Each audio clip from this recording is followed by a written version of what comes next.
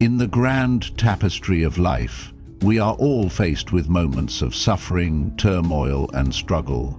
Yet we have been conditioned to hide these truths as though vulnerability is a flaw. The pursuit of strength has been twisted into a false ideal, where silence becomes the shield and the mask we wear hides the weight of our burdens. But let us remember, true strength is not the absence of pain. It is the ability to endure it, to confront it with courage, and to grow from it. Mental health is not a shadow to be feared, nor a stigma to be carried. It is an aspect of our being that demands not only attention, but respect. It is time to cast aside the chains of shame and acknowledge that, in nurturing our minds, we nurture our very souls. It is time to prioritize mental health, not as a luxury, but as a necessity. The weight we carry. Mental health is not a burden, it's a battle. Each of us carries an invisible weight, one that we dare not speak of lest we be judged. This weight is not the result of physical burdens or material struggles, but the unseen heaviness that resides in our minds, our hearts, and our souls. It is the weight of unspoken thoughts, unacknowledged fears, and emotions that have been suppressed until they form the silent wars we fight within ourselves. We must first accept that mental health is not a burden. A burden suggests something that drags us down, something that makes us less than we are. It implies that we are weakened by our struggles, when in reality, it is the very act of facing these battles that defines our strength. Our minds are not fragile, they are resilient. But this resilience is not born from hiding our wounds or pretending that all is well. It is born from the courage to confront the storm within. To recognize mental health as a battle is not to surrender to it, but to honor it as a part of the human experience. Just as the body may face injury, so too does the mind face moments of strain. And just as we care for our physical wounds with attention and patience, so must we care for the wounds of the mind. It is not weakness to struggle, but the human condition to face hardships, mental or physical, and through perseverance, emerge strong. Consider the greatest leaders in history, those who have inspired nations and moved hearts. Were they not human? Did they not too battle their own inner demons? Their greatness was not found in the absence of adversity, but in their capacity to rise above it, to persist even when the weight of their responsibilities seemed insurmountable. In this, they taught us that it is not the weight we carry that defines us, but how we carry it. Our mental struggles are not signs of defeat. They are the crucible in which our true strength is forged. It is through facing our fears, confronting our anxieties, and allowing ourselves to feel the full spectrum of human emotions that we truly understand the depths of our own fortitude. By embracing these struggles, we transform them from burdens to battles that, though difficult, are not only survivable but conquerable. In every battle, there is an opportunity for growth, and in every struggle, there is a lesson to be learned. The key is not to deny our mental health challenges, but to face them with courage, knowing that in doing so, we honor our humanity and our capacity for strength. Just as the warrior is shaped by the trials they endure, so too are we shaped by our inner battles. Let us not see mental health as a curse, but as a teacher. One that, when we meet it head-on, reveals the vastness of our resilience. Beyond the surface, why we must look deeper at our struggles. We live in a world where the surface reigns supreme. The outer layer, the image we present to others, becomes the measure by which we are judged. But this outward appearance is but a facade, a fleeting reflection of what lies beneath. It is easy to be deceived by smiles, by polite exchanges, by the polished versions of ourselves that we allow the world to see.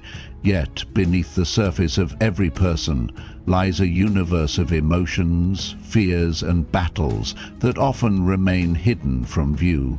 It is far too easy to dismiss someone's struggles when we cannot see them. When the mind bleeds, but there is no visible wound, it is tempting to assume that all is well, but to do so is to ignore the reality of the human experience. Mental health is not a wound that always shows itself on the surface. It is an inner storm, often invisible to the eye. And to dismiss it, to minimize its impact, is to fail to honor the depth of what it means to be human. We must learn to look beyond what is visible, to understand that the quiet person in the corner, the one who seems fine on the outside, may be carrying an immense weight within. We must resist the temptation to judge solely by appearances, for this is the shallowest of perspectives. Instead, we must ask questions, not only of others, but of ourselves. What are we truly feeling? What fears, what anxieties lie hidden within the walls of our own hearts? What is it that we have been too afraid to acknowledge, to face, to heal? There is no shame in experiencing inner turmoil, no dishonor in acknowledging that the mind is as susceptible to illness as the body. To look deeper at our struggles is not to diminish our strength, but to elevate it. It is a sign of maturity, of wisdom, to confront the complexities of our emotional world. It is through this understanding, through this willingness to explore the deeper recesses of our own minds, that we begin to heal. When we look beyond the surface, we begin to see the full picture of human existence. We understand that we are not isolated in our suffering. We are not alone in our struggles. Every person, no matter how successful, how happy they may appear, has their own battles, their own fears. And in recognizing this shared humanity, we begin to create a world in which mental health is treated with the same compassion, care, and understanding as physical health. It is time to shift our perspective, to stop hiding behind the mask of "I'm fine," and to acknowledge that none of us are truly fine all the time. We are human, and as humans we carry within us both light and dark. By looking beyond the surface, by seeing ourselves and others in their fullness, we create the space for healing, growth, and compassion. Only then can we begin to dismantle the stigma surrounding mental health and replace it with a culture of understanding, acceptance, and, most importantly, care. Breaking chains, how stigma holds us hostage. There is an invisible chain that binds us all, a silent force that tightens around our hearts and minds, stifling our ability to speak, to seek help, to heal. This chain is not made of metal, but of stigma, the silent judgment that surrounds mental health, that whispers lies into our ears, telling us that we are weak, that we are less than, that we are somehow unworthy of compassion and care. This stigma, though invisible, is no less powerful. It holds us captive, not in physical prisons, but in emotional and psychological ones. The chain of stigma is subtle, often wrapped in words, in looks, in social expectations. It is the voice that says, "You're just being dramatic," or "You should be able to handle this on your own." It tells us that mental health struggles are signs of failure, that to seek help is to admit defeat. It is a voice that undermines the very essence of what it means to be human. The truth that we are all vulnerable, all fragile, all in need of connection and support. But it is not only the external voices that contribute to this chain. We too often become its captors. We internalize the stigma, allowing it to shape our perception of ourselves. We tell ourselves that we must be perfect, that we must never show weakness, that to admit our struggles is to betray some unwritten code of strength. We bury our pain, our fear, our sadness, because we believe that by doing so, we will somehow be seen as stronger, more capable, more in control. Yet, in doing so, we only reinforce the very chains that bind us. To break free from these chains requires courage. It requires the audacity to stand up and say, "I am not afraid to face my struggles. I am not ashamed of my pain. I will no longer be defined by the stigma that surrounds me." It means rejecting the lie that mental health is something to be hidden, something to be ashamed of. It is the understanding that seeking help is not a sign of weakness, but a declaration of strength. It is the realization that we are not alone in our struggles, that others too have faced the darkness and emerged into the light. When we break these chains, we not only liberate ourselves, but those around us as well. Each time we speak openly about our struggles, we pave the way for others to do the same. We create a ripple effect, a wave of healing and understanding that can spread through families, communities, and societies. We change the narrative, shifting the conversation from one of shame to one of strength, from one of silence to one of support. But breaking these chains is not a one-time act. It is a daily choice, a commitment to challenge the stigma every time it rears its head. It is the decision to be open, to be vulnerable, to be real. It is the refusal to let the weight of stigma hold us hostage any longer. We must remember, the chains that bind us are only as strong as the lies we allow them to tell. The moment we face them with truth, the moment we speak with authenticity, those chains begin to unravel. It is through this unshackling of our minds and hearts that we can truly embrace the freedom of healing and create a world where mental health is no longer something to be feared, but something to be understood, respected, and prioritized. The power of vulnerability, strength in being honest. In a world that celebrates strength and self-reliance, we have been conditioned to see vulnerability as a weakness, a chink in our armor, an opening for others to exploit. But this belief is a lie. Vulnerability is not the absence of strength.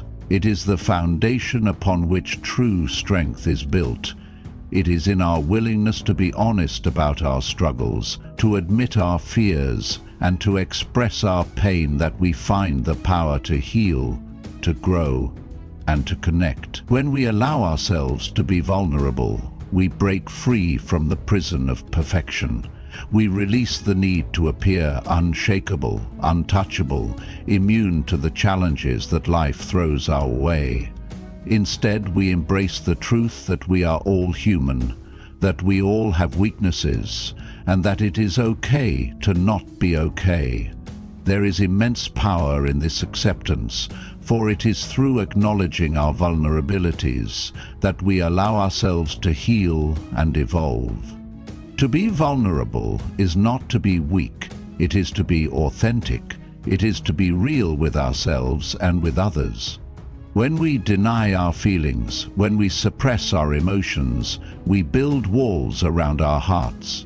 These walls may protect us from the world's judgment, but they also prevent us from experiencing true connection, from receiving the support we need to heal. It is only by tearing down these walls, by showing up as our true selves, flaws, scars and all, that we open ourselves to the possibility of deep, meaningful relationships. Vulnerability also allows us to face our inner demons head-on. The more we shy away from our emotions, the more power we give them over us. But when we choose to confront our fears, to speak about our struggles, we take away their hold, we reclaim our power.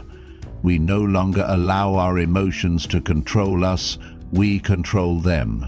In this way, vulnerability becomes not a source of weakness, but a wellspring of strength.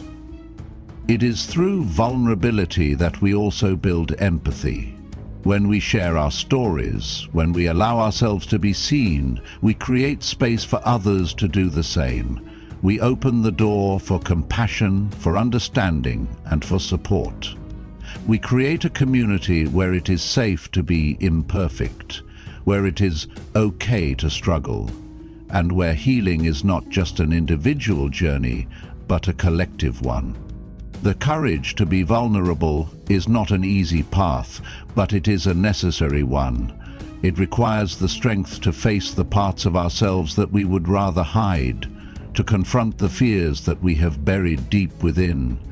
But in doing so, we begin to unravel the barriers that separate us from true connection and healing.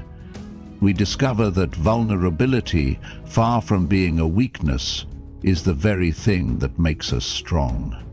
So let us choose vulnerability. Let us embrace honesty. Let us stand in the truth of who we are, unashamed and unafraid. For it is only in this space of raw authenticity that we can truly begin to heal, to grow, and to transform. And in doing so, we become not only stronger for ourselves, but a beacon of strength for those around us. Redefining strength. Mental health is a courageous journey. We often define strength by the ability to endure, to push through adversity without faltering, without showing any sign of weakness. We are taught that strength is the absence of fear, the ability to stand tall, unshaken, in the face of life's harshest challenges. But this narrow definition fails to recognize one of the most profound truths of human existence. True strength is not found in perfection, nor in invulnerability, but in the courage to confront the full spectrum of human experience, both the light and the dark.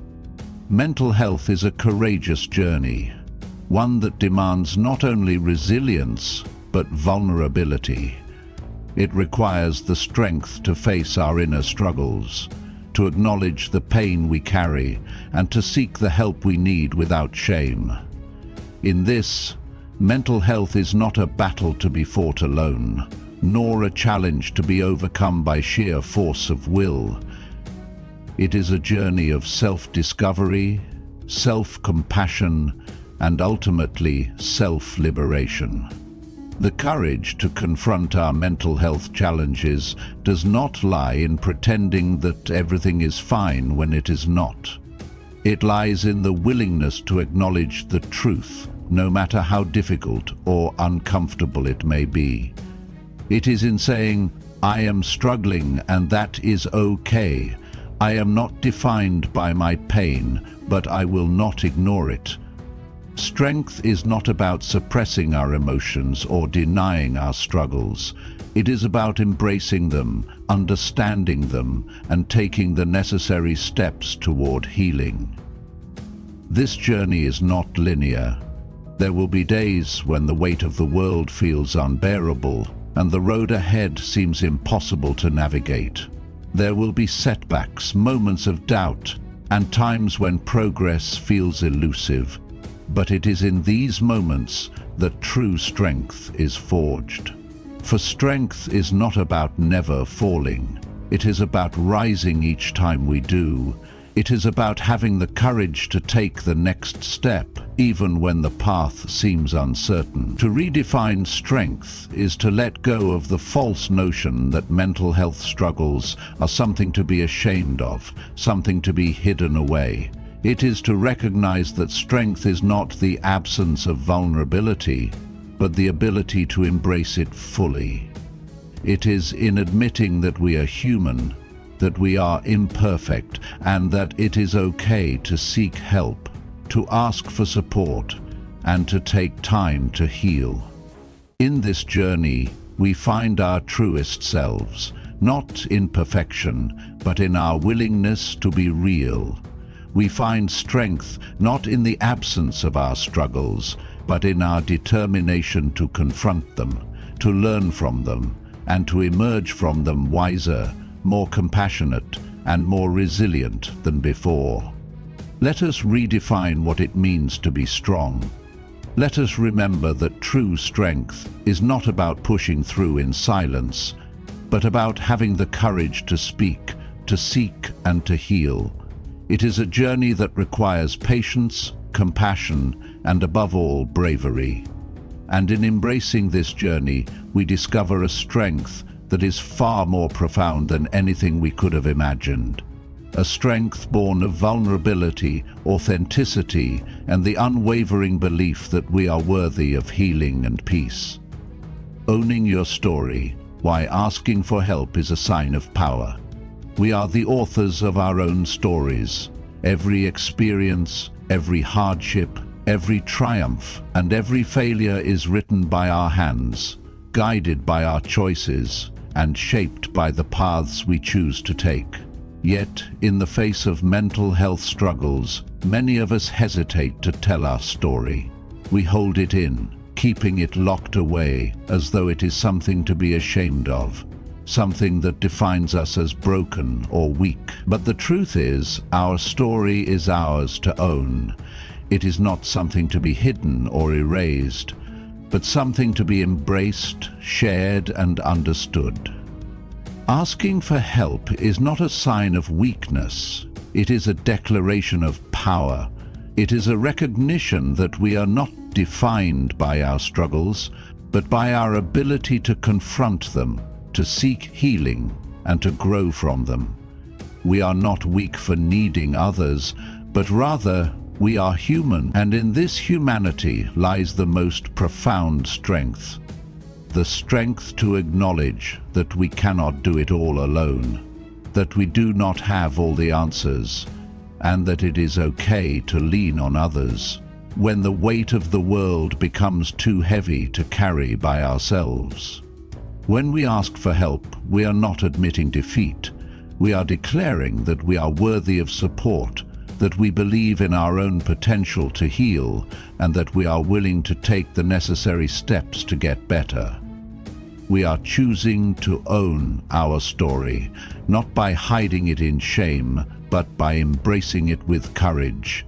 The act of reaching out is not an admission of weakness, but an assertion of strength, of resilience, and of self-respect. Your story is not something to be ashamed of. It is a part of you, and it deserves to be honored. It is a testament to your strength, your resilience, and your humanity. And by asking for help, by seeking support, you are not weak. You are choosing to become stronger, to move forward, and to heal. Own your story, ask for help when you need it, and know that in doing so, you are not only taking charge of your own healing, but you are inspiring others to take charge of theirs. The role of self-compassion. Healing begins within. In the pursuit of healing, we often search for answers outside of ourselves, seeking solutions in the words of others, the advice of experts, or the actions of those around us. And while support from others is invaluable, we must first recognize that the true foundation of healing lies within ourselves.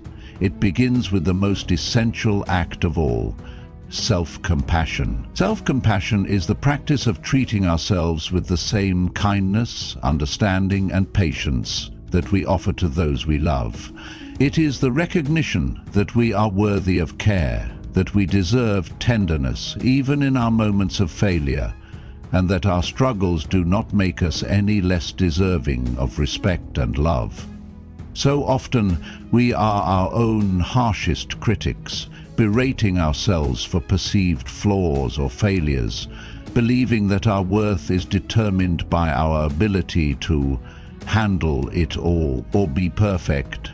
But this is not the truth. Our worth is inherent. It is not conditional upon our success, our resilience, or our ability to hide our struggles. Healing can never fully take root in a heart that is filled with self-judgment, for self-criticism only deepens the wounds we are trying to heal. It is only when we practice self-compassion, when we allow ourselves the space to be imperfect, to make mistakes, and to be vulnerable, that we open the door to true healing. Self-compassion allows us to acknowledge our pain without shame, to sit with our suffering without judgment, and to offer ourselves the grace we would readily offer to others. In the same way that we would comfort a friend who is grieving, a colleague who is struggling, or a loved one who is in pain, we must learn to comfort ourselves. We must remind ourselves that it is okay to not be okay, that it is okay to take time to heal, and that we are deserving of the same love and care that we so willingly extend to others. This is not an act of indulgence or weakness, but one of strength and wisdom. For self-compassion is not about avoiding our struggles, it is about facing them with kindness, patience, and understanding. When we practice self-compassion, we create a safe space within ourselves where healing can occur. We allow ourselves the freedom to feel, to mourn, to struggle, without the fear of judgment or rejection.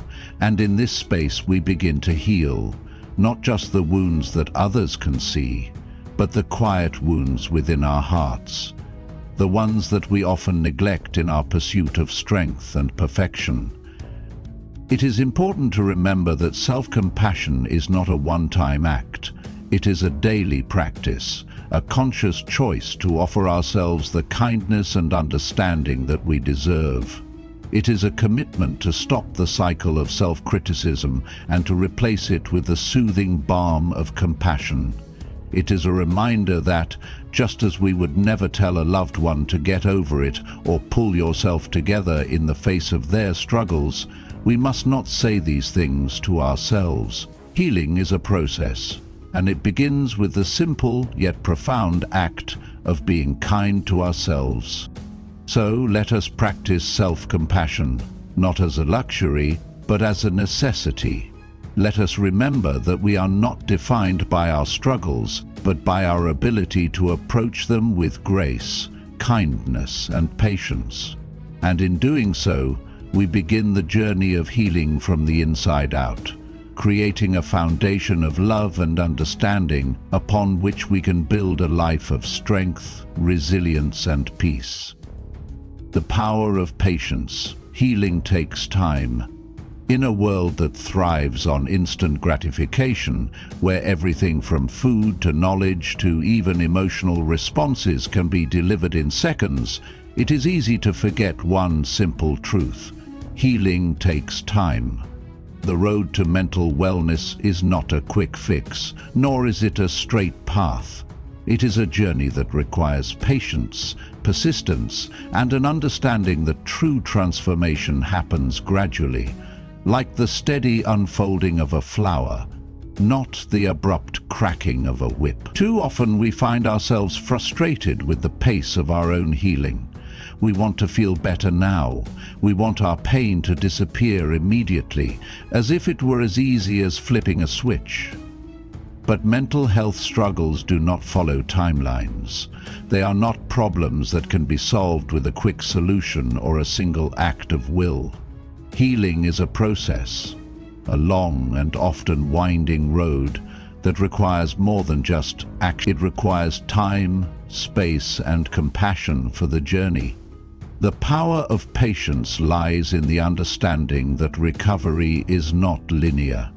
There will be days when progress feels slow, when the weight of the world feels as heavy as it did before, and that's okay.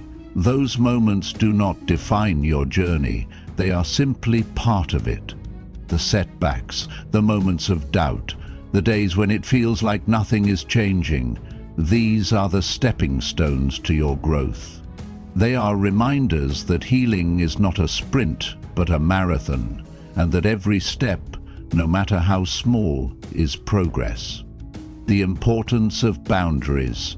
protecting your mental health. In the delicate dance of life, we often forget one essential truth. We cannot pour from an empty cup. We cannot give what we do not have. Yet, we are constantly called upon to give. To our families, to our friends, to our work, and to the world around us. But in this endless cycle of giving, we often neglect the most important person of all, ourselves. And it is in this neglect that we lose sight of the importance of boundaries. Boundaries are not barriers, they are acts of self-preservation. They are the invisible lines we draw in the sand to protect our mental, emotional, and physical well-being. They are not about shutting people out or building walls, but about knowing when to say no in order to say yes to ourselves. Boundaries are a way to honor our limits, to recognize that we, too, need time to recharge, to heal, and to grow. The act of setting boundaries is an act of self-respect. It is the acknowledgement that we are deserving of our own care and that we cannot be everything to everyone without sacrificing our own peace. When we fail to set boundaries, we risk losing ourselves in the demands of others. We may find ourselves overwhelmed, drained, and resentful, unable to fully give to anyone because we have nothing left to give. But by setting boundaries, we protect our energy, our time, and our mental health.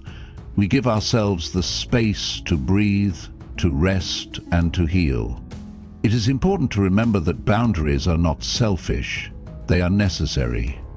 When we set boundaries, we are not saying that we do not care about others. We are simply saying that we care about ourselves enough to protect our well-being. We are recognizing that in order to be our best selves for others, we must first be our best selves for us. We must take the time to fill our own cup so that we can continue to give from a place of abundance, not scarcity. Setting boundaries is not always easy. It requires courage to say no, to stand firm in our decisions, and to resist the pressure to meet everyone else's expectations. It requires the strength to prioritize our own needs without guilt or fear. But the rewards are immeasurable. When we establish healthy boundaries, we create space for peace, for clarity, and for growth. We free ourselves from the weight of constant demands, and we allow ourselves the time and energy to focus on what truly matters, our own well-being. Boundaries also help to cultivate healthier relationships. When we are clear about our limits, others are better able to understand and respect our needs. Healthy boundaries create an environment of mutual respect where both parties are able to give and receive without resentment. They create relationships that are built on trust, understanding, and care, rather than obligation and fear. Let us embrace the power of boundaries. Let us recognize that in protecting our own mental health, we are not being selfish, but wise. Let us learn to say no when we need to take time for ourselves without guilt, and to honor our own needs without apology. For in setting boundaries, we are not just protecting ourselves, we are also creating the space to show up as our best selves for the world. And that is a gift we all deserve to give.